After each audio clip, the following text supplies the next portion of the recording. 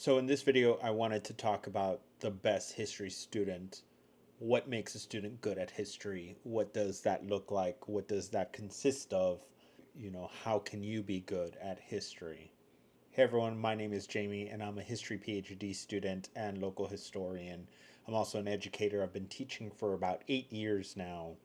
I love history. I love to read history. I love to write history. I love to dig into primary sources and really construct the past. And I'm here to help you on your academic journey or with your personal learning needs. So let's take a look at what makes a student good at history. I think the first thing that really makes someone stand out in the field of history is reading. You need to be an avid reader if you're going to really fully comprehend the discipline of history. Now, I was not a reader in my youth.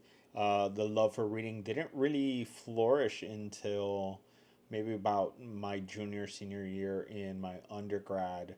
That's really when history courses become interesting, anyways, in my opinion. You get past the introductory courses and you can really get into survey and in depth courses. So that's usually when my love for reading started. My junior, senior years also when I made the conscious choice of not selling my textbooks anymore and keeping them when I realized that they were no longer textbooks. Now they're actually published research books done by other historians. So I've acquired a good collection from my undergrad, my grad, and now my PhD courses. Like really, when you find your niche, when you find what part of history really interests you, then you're gonna want to read about it. You're gonna want to pick up books. You're gonna want to dive into research journals and see what other people are saying. Reading is a really good aspect in this discipline because it allows you to identify gaps in the research, and that way you can make your own mark in the world if ever you do decide to go get a master's or PhD in history. So reading is very, very vital to the discipline.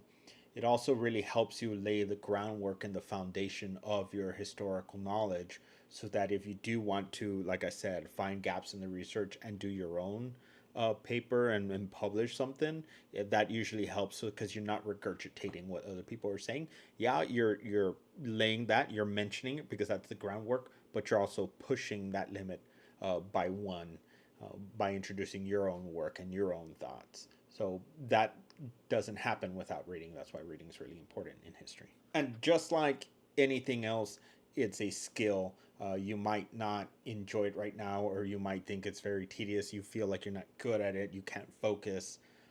But the more you do it, the better you get at it.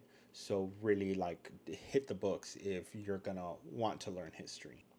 The second thing that I think really makes someone good at history is probably the ability to question. You need to ask questions. That is the whole purpose of history.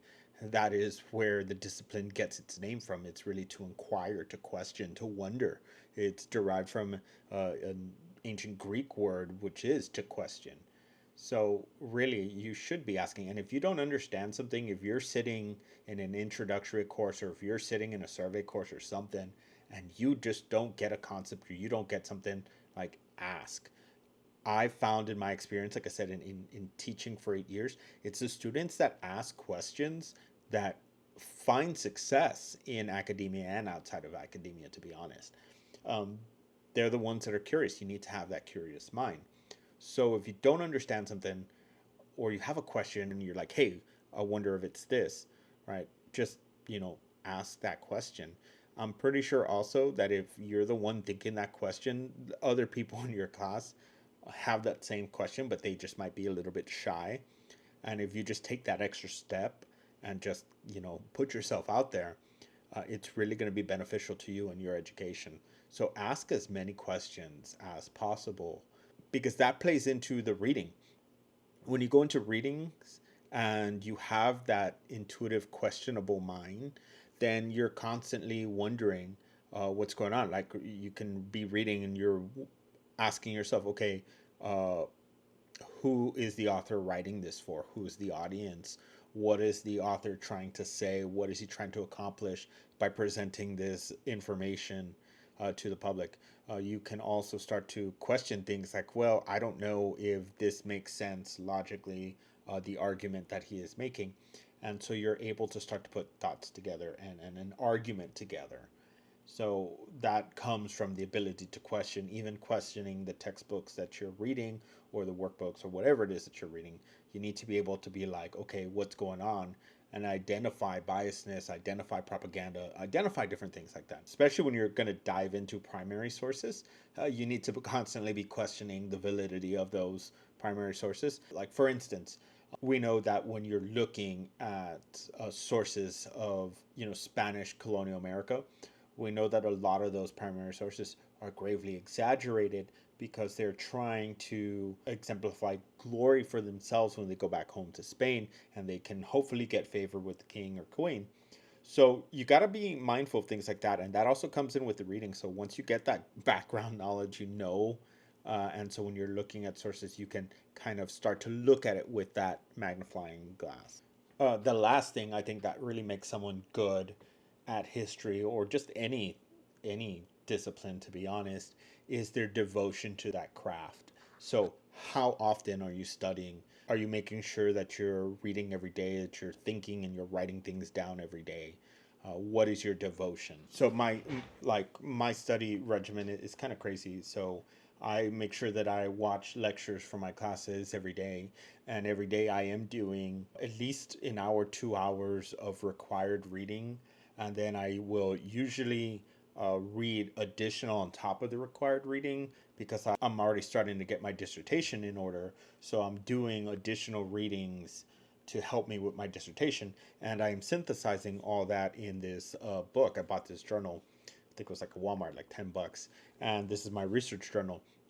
So everything that I read on the Mexican Revolution, I'm writing in this book. Any thought I have about a source, primary or secondary, that thought is going into this journal, and I am synthesizing all my information, writing it in my own words, because that's really what's going to help you learn history, memorize history, is being able to synthesize that information. So that devotion to your craft is really what's going to make you stand out in that discipline. And some of you, you might, be away for college for the first time in your life, and you are going to want to go out and party and see the nightlife with your friends and whatever. That's cool, right? That's an experience I think that you should take, but you should also make sure that you have time to your studies and dedicate yourself to your craft, because that's how you're going to get the edge on other students. So sure, go out every once in a while, but also be willing to say, hey, not tonight.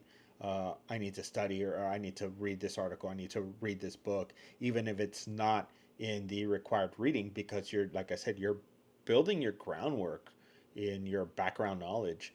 And so take any and every opportunity to do that. I'm not saying don't have fun. I do that. Like, I will make sure that I get my readings done for the week. And the weekends come and I'm playing video games, or I'm, with my fiance, and we'll go out to eat, or we'll make food here. We'll just spend time together, watch a movie, whatever. But the amount of time that I am putting outside of my job and outside of the required reading, I'm devoting a lot of time because I have that end goal of getting my degree and being good at history. So if you're still watching and you found this video useful, or you think someone else might benefit from this video, do me a favor and hit that like button. That's going to help get this video in front of other people who are also looking, for the edge, how to be a good student in history. If you like this content, I'm going to be posting other videos like this. I'm also going to be posting videos on my journey in my PhD program. I'm a year in so far. So I'll keep documenting that. Thank you all so much for watching. I really hope this was helpful for you all. If you have any questions, feel free to leave them in the comments and I'll take a look at them. Thank you all so much, and I will see you all later.